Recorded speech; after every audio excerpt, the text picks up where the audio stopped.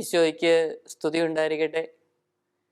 ഈശോ മിശിഹായിൽ സ്നേഹം നിറഞ്ഞ goodness T വിയുടെയും goodness YouTube ചാനലിൻ്റെയും മാന്യ പ്രേക്ഷകരെ, കുരിശിൻ്റെ തണലിൽ ഷാഡോ ഓഫ് ദ ക്രോസ് എന്ന വചനപ്രഘോഷണ പരമ്പരയുടെ 54-ാമത്തെ എപ്പിസോഡിലേക്ക് നിങ്ങളെല്ലാവരെയും ഏറ്റവും സ്നേഹത്തോടെ സ്വാഗതം ചെയ്യുകയാണ്.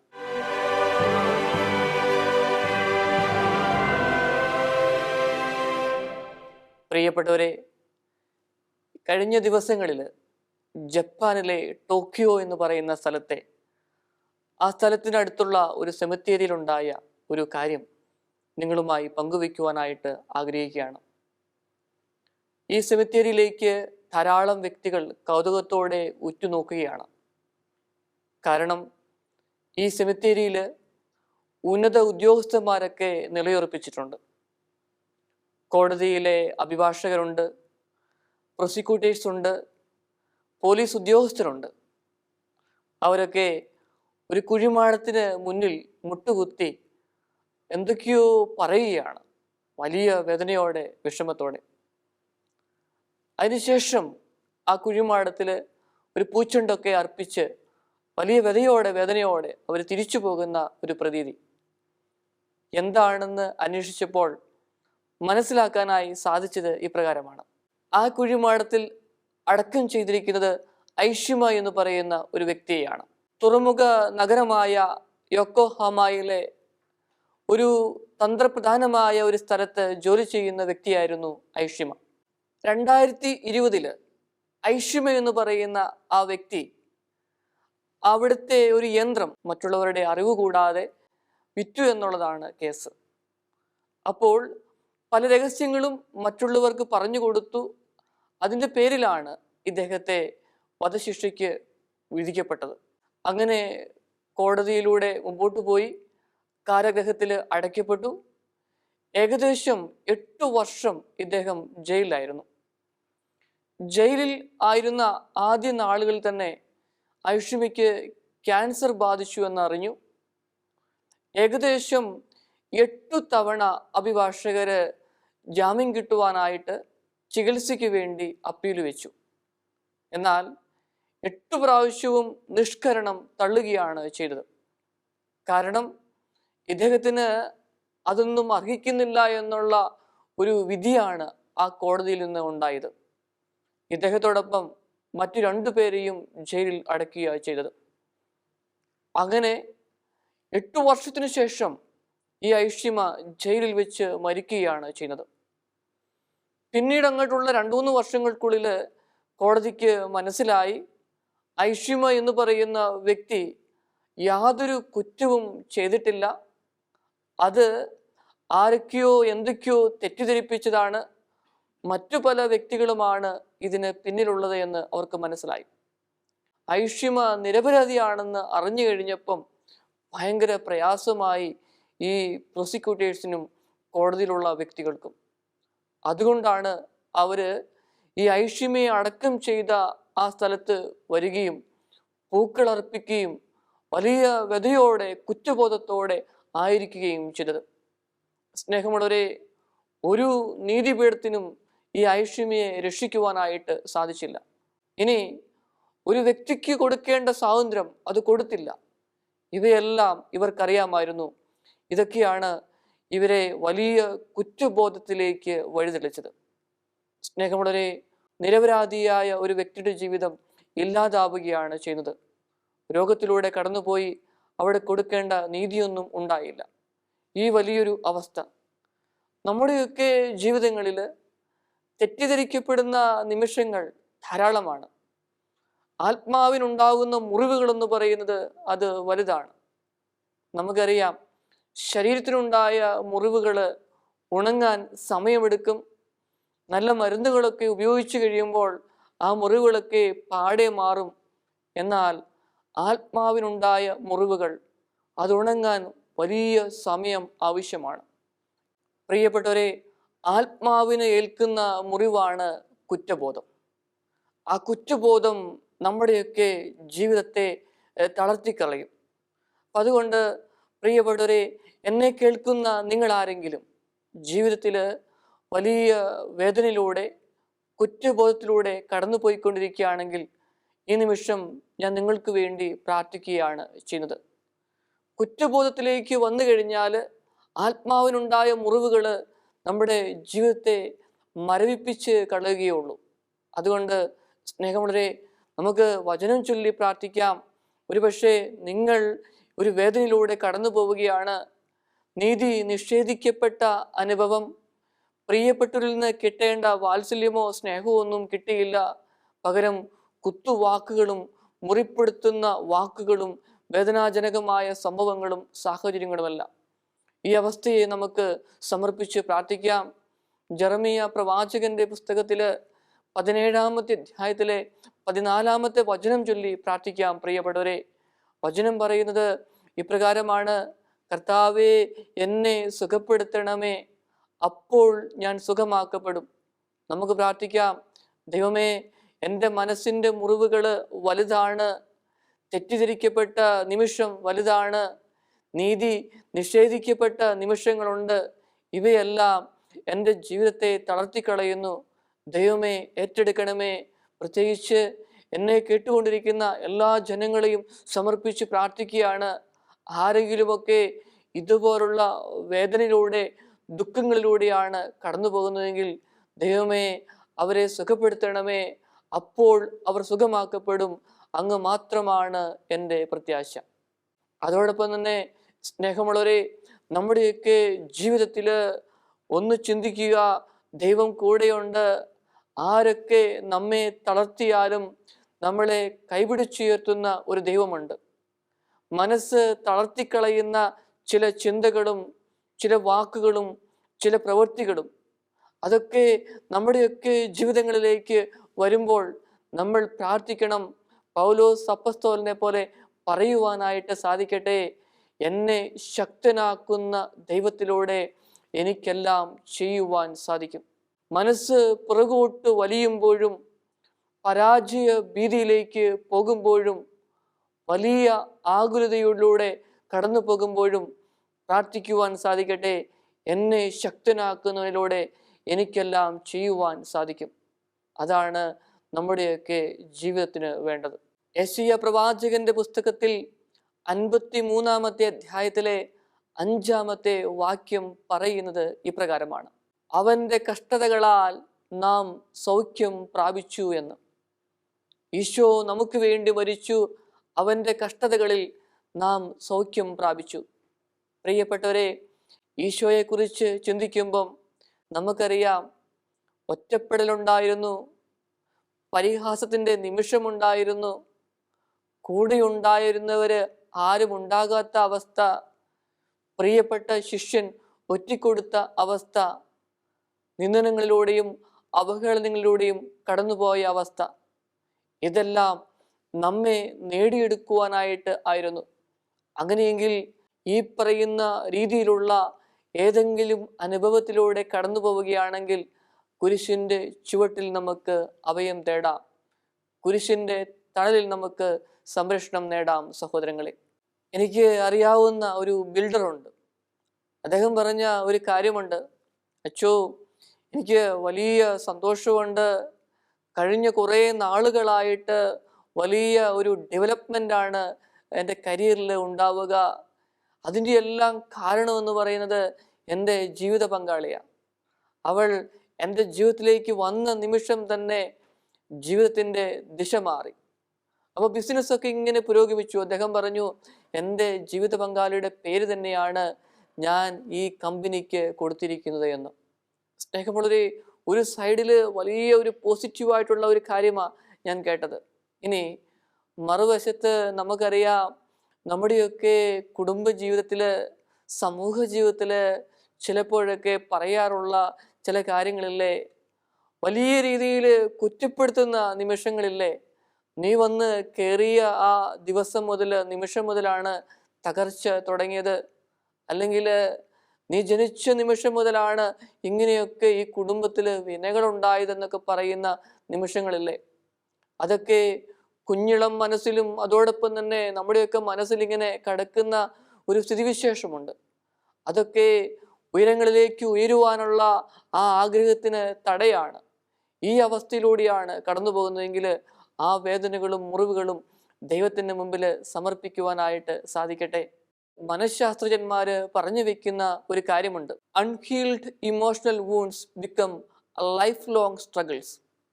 അതായത് സുഖപ്പെടാത്ത കാര്യങ്ങളൊക്കെ ജീവിതകാലം മുഴുവൻ നമ്മളെ വേട്ടയാടിക്കൊണ്ടിരിക്കും, വലിയ സ്ട്രഗിളിലൂടെ കടന്നുപോയിക്കൊണ്ടിരിക്കുമെന്ന്. അങ്ങനെയെങ്കിൽ ഈ നിമിഷം ഹീൽ ചെയ്യപ്പെടാത്ത എന്തെങ്കിലും മുറിവുകൾ നമ്മുടെയൊക്കെ മനസ്സിലുണ്ടോ എന്നൊന്ന് ചിന്തിക്കാം. ഓരോന്നും എടുത്ത് ദൈവത്തിൻ്റെ കരങ്ങളിലേക്ക് കൊടുക്കുവാനായിട്ട് ശ്രമിക്കാം. ഏർലി ചൈൽഡ്ഹുഡ് എക്സ്പീരിയൻസ് കൂടുതൽ വേദനാത്മകതയിലേക്ക് നയിക്കുമെന്നുള്ളതാണ് മനഃശാസ്ത്രജ്ഞന്മാർ പറയുന്നത്. അതായത് ആ ശൈശവ കാലഘട്ടങ്ങളിൽ വലിയ വേദനയിലൂടെ കടന്നു പോയെങ്കിൽ അത് ജീവിതകാലം മുഴുവൻ നിഴലിച്ചു നിൽക്കുമെന്നാണ് പറയുന്നത്. ഇനി ബാല്യകാലത്തിൽ നല്ല സ്നേഹത്തോടെ സംരക്ഷണയോടെ വളർന്നു വന്നവരുണ്ട്, ദൈവത്തിന് നന്ദി പറയാം. മറുവശത്ത് ബാല്യകാലത്തിൽ വലിയ അവഗണനയിലൂടെ തിക്ത അനുഭവങ്ങളിലൂടെ കടന്നുപോയ വ്യക്തികളുണ്ട്. ഇനി ഈ അവഗണന എന്ന് പറയുന്നത് മാതാപിതാക്കളിൽ നിന്നായിരിക്കാം, സഹോദരങ്ങളിൽ നിന്നായിരിക്കാം, അല്ലെങ്കിൽ കുടുംബത്തിലുള്ള ഏതെങ്കിലും ഒരു അംഗത്തിൽ നിന്നായിരിക്കാം. ഈ അവഗണന മനസ്സിലുണ്ടായിട്ടുണ്ടെങ്കിൽ പിന്നെ മുമ്പോട്ടുള്ള പ്രയാണത്തിൽ അത് സൗഖ്യപ്പെട്ടില്ലെങ്കിൽ എപ്പോഴും ഞാൻ ഒന്നിനും കൊള്ളില്ലാത്ത ഒരു വ്യക്തിയാണ്, എപ്പോഴും അവഗണനയെ ഞാൻ നേരിട്ടുകൊണ്ട് ജീവിക്കേണ്ട ഒരു വ്യക്തിയാണ് എന്ന ചിന്തകളൊക്കെ ഉടലെടുക്കുകയാണ് ചെയ്യുന്നത്. ഇനി ബന്ധങ്ങളിലെ മുറിവുകളുണ്ട്. ദാമ്പത്യ ജീവിതത്തിൽ ദമ്പതിമാർ തമ്മിലുള്ള ബുദ്ധിമുട്ടുകൾ, തർക്കങ്ങൾ, അത് കേട്ടു വളരുന്ന മക്കള്, പിന്നെ മാതാപിതാക്കളും മക്കളും തമ്മിലുള്ള ബന്ധങ്ങളിലുള്ള പ്രയാസങ്ങൾ, ബന്ധുമിത്രാദികള്, അയൽവക്കക്കാര് ഇവർ തമ്മിലുള്ള സ്വരച്ചേർച്ചക്കുറവ്, ഇവയെല്ലാം ഓരോ വ്യക്തിയെയും അവൻ്റെ ജീവിതത്തെയും സാരമായി ബാധിക്കും. ഇനി അങ്ങനെ മുമ്പോട്ട് പോകുന്ന വ്യക്തികളെ സംബന്ധിച്ച് പറയുകയാണെങ്കിൽ അവരുടെ വ്യക്തിപരമായ ജീവിതത്തിൽ തീരെ ചുരുക്കം പേർക്ക് മാത്രമേ ഉയരുവാനായിട്ട് സാധിക്കുകയുള്ളൂ. എപ്പോഴാണ് പോസിറ്റീവായിട്ടുള്ള ചിന്തകൾ കൊണ്ട് മനസ്സ് നിറയ്ക്കുവാനായിട്ട് സാധിക്കുക, അവിടെ മാത്രമേ വിജയിക്കുവാനായിട്ട് സാധിക്കുകയുള്ളൂ. മറുവശത്ത് ഈ ബാല്യകാലത്തിലെയും ജീവിതത്തിലുണ്ടായ മുറിവുകളൊക്കെ വെച്ച് മുമ്പോട്ട് പോകുമ്പം എപ്പോഴും പരാജയ ഭീതിയായിരിക്കും ഉണ്ടാവുക. ഈ വ്യക്തികൾക്ക് ആത്മവിശ്വാസ കുറവുണ്ടായിരിക്കും. അതോടൊപ്പം തന്നെ കുറ്റബോധവും വേട്ടപ്പട്ടിയെ പോലെ ഇവരെ അലട്ടിക്കൊണ്ടിരിക്കും. ഈ മേഖലയിൽ നിന്നൊക്കെ വലിയൊരു വിടുതൽ നമുക്ക് ആവശ്യമാണ് സ്നേഹമുള്ളവരെ. ഒരുപക്ഷെ എന്നെ കേൾക്കുന്ന നിങ്ങൾ ആരെങ്കിലും ഇതുപോലെയുള്ള വേദനാജനകമായ നിമിഷങ്ങളിലൂടെയാണ് കടന്നുപോയാൽ, ഈശോയെ അങ്ങയുടെ തിരുരക്തത്താല് തിരുമുറിവുകളാല് എന്നെ സുഖപ്പെടുത്തണമേ, കുരിശിലേക്ക് ഞാൻ നോക്കുകയാണ്, പ്രാർത്ഥിക്കുകയാണ്, അങ്ങ് എനിക്ക് വേണ്ടിയിട്ടാണല്ലോ പീഡ സഹിച്ച് മരിച്ചത്, ഉയർത്തെഴുന്നേറ്റത്. നാഥാ, എൻ്റെ ഈ മുറിവുകളെല്ലാം അങ്ങ് ഉണക്കി സൗഖ്യപ്പെടുത്തി എനിക്കും ഒരു ഉയർപ്പ് നൽകണമേ എന്ന് നമുക്ക് പ്രാർത്ഥിക്കാം. ഇനി ഇതുപോലുള്ള വേദനയിലൂടെയൊക്കെ കടന്നു പോകുന്ന വ്യക്തികൾക്ക് ജീവിതത്തിൽ വലിയ പ്രയാസങ്ങളും ഉള്ളിൻ്റെ ഉള്ളിൽ സമാധാനമോ സന്തോഷമോ ഒന്നും അനുഭവിക്കുവാനായിട്ട് സാധിക്കാതെ വരുന്നു. ഇങ്ങനെയുള്ള മുറിവുകൾ നമ്മുടെ ചിന്താരീതികളെയും പെരുമാറ്റങ്ങളെയും എല്ലാം സാരമായിട്ട് ബാധിക്കുകയാണ് ചെയ്യുന്നത്.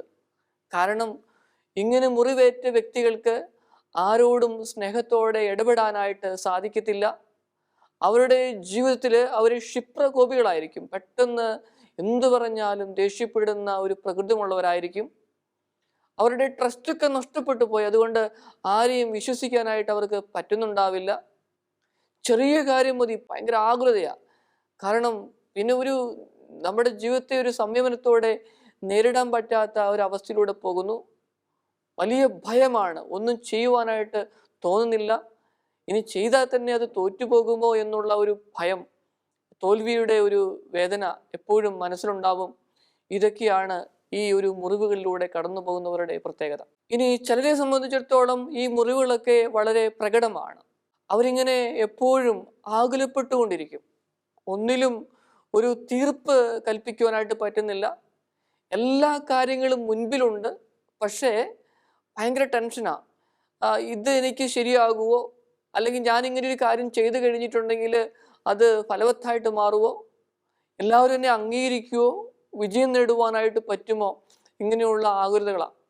അതോടൊപ്പം തന്നെ വിഷാദാത്മകതയിലൂടെ, കാരണം രാവിലെ എഴുന്നേൽക്കുന്നു, കാര്യങ്ങളൊക്കെ അങ്ങ് ചെയ്യുന്നു, കാരണം ജനിച്ചു പോയല്ലോ, ജീവിക്കണമല്ലോ.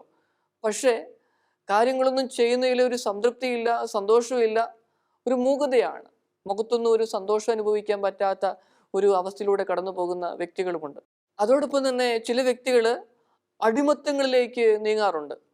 കാരണം ഉള്ളിൻ്റെ ഉള്ളിൽ സന്തോഷമില്ല. അങ്ങനെ വന്നു കഴിയുമ്പം അവർ ലഹരി വസ്തുക്കൾക്ക് അടിമപ്പെടും. കാരണം ഒന്നും ഓർക്കാനായിട്ട് അവർക്ക് ആഗ്രഹമില്ല. എപ്പോഴും വേറെ ഏതെങ്കിലും ഒരു ലോകത്ത് ആയിരുന്നാൽ മതി. ചിലരൊക്കെ വീഡിയോ ഗെയിംസിലൂടെ അല്ലെങ്കിൽ അമിതമായ അതിനോടുള്ള ആസക്തിയിലേക്കൊക്കെ മാറാം. അങ്ങനെ മുമ്പോട്ട് പോകുന്ന വ്യക്തികളൊക്കെ നമ്മുടെ ചുറ്റുമുണ്ട്. എങ്ങനെയാണ് ഇതിനെ നമുക്ക് നേരിടുവാനായിട്ട് സാധിക്കുക? പ്രധാനപ്പെട്ട ഒരു കാര്യം എന്ന് പറയുന്നത് ആ വ്യക്തി അംഗീകരിക്കുക. ഞാൻ മുറിവേറ്റ ഒരു വ്യക്തിയാണ്, എൻ്റെ ജീവിതം ഇങ്ങനെയൊക്കെയാണ് എന്ന് അംഗീകരിക്കുക. നമുക്കറിയാലോ, ദൈവം നമ്മളോട് പറയുന്നുണ്ട്, നീ എനിക്ക് ബഹുമാനനും പ്രിയപ്പെട്ടവനും ഒക്കെയാണ് എന്ന്. നമ്മളിങ്ങനെ മനസ്സിൽ ഉരുവിട്ടുകൊണ്ടിരിക്കുക, ദൈവം എന്നോട് പറയുന്നുണ്ടല്ലോ, നീ എനിക്ക് പ്രിയപ്പെട്ടവനാണ് എന്ന്. അപ്പോൾ ഞാൻ പ്രിയപ്പെട്ടവനാണ് എന്ന ഒരു ചിന്തയിലൂടെ മനസ്സ് എപ്പോഴും പോയിക്കൊണ്ടിരിക്കട്ടെ. അങ്ങനെ വന്നു കഴിയുമ്പം ആർക്കും എന്നെ വേണ്ട, പക്ഷേ എൻ്റെ ദൈവത്തിന് എന്നെ വേണം എന്ന ഒരു ചിന്ത, പോസിറ്റീവ് എനർജി ഈ വ്യക്തികളിലേക്ക് പതുക്കെ പതുക്കെ വരും. അങ്ങനെ വന്നു കഴിയുമ്പം, പ്രത്യേകിച്ച് എന്നോട് പല വ്യക്തികളും പറയാറുണ്ട്, ധ്യാനിക്കാനൊക്കെ വന്നു കഴിയുമ്പം, അച്ചോ ഞങ്ങൾ വിശുദ്ധ കുർബാന എഴുന്നള്ളിച്ച് വെച്ചിരിക്കും, ആ ആരാധനയിലൊക്കെ പങ്കെടുക്കും, ധ്യാനത്തിൻ്റെ അവസാന നിമിഷങ്ങളിലൊക്കെ കുറേ സമയം ഞങ്ങൾക്ക് വിശുദ്ധ കുർബാനയുടെ മുമ്പിലിരുന്ന് പ്രാർത്ഥിക്കാനുള്ള സാഹചര്യമുണ്ട്. ആ നിമിഷമൊക്കെ ഈ കേട്ട ടോക്കിൻ്റെയൊക്കെ അടിസ്ഥാനത്തിൽ ഞങ്ങളുടെ ജീവിതത്തെക്കുറിച്ച് ഞങ്ങളൊന്ന് ചിന്തിക്കും, നല്ല കാര്യങ്ങളൊക്കെ ഓർത്ത് നന്ദി പറയും. പിന്നെ വലിയ സമാധാനം ഉള്ളിൻ്റെ ഉള്ളിൽ അനുഭവിക്കാനായിട്ട് പറ്റുന്നുണ്ട്, ഒരു സന്തുലനാവസ്ഥ മനസ്സിലുണ്ട്.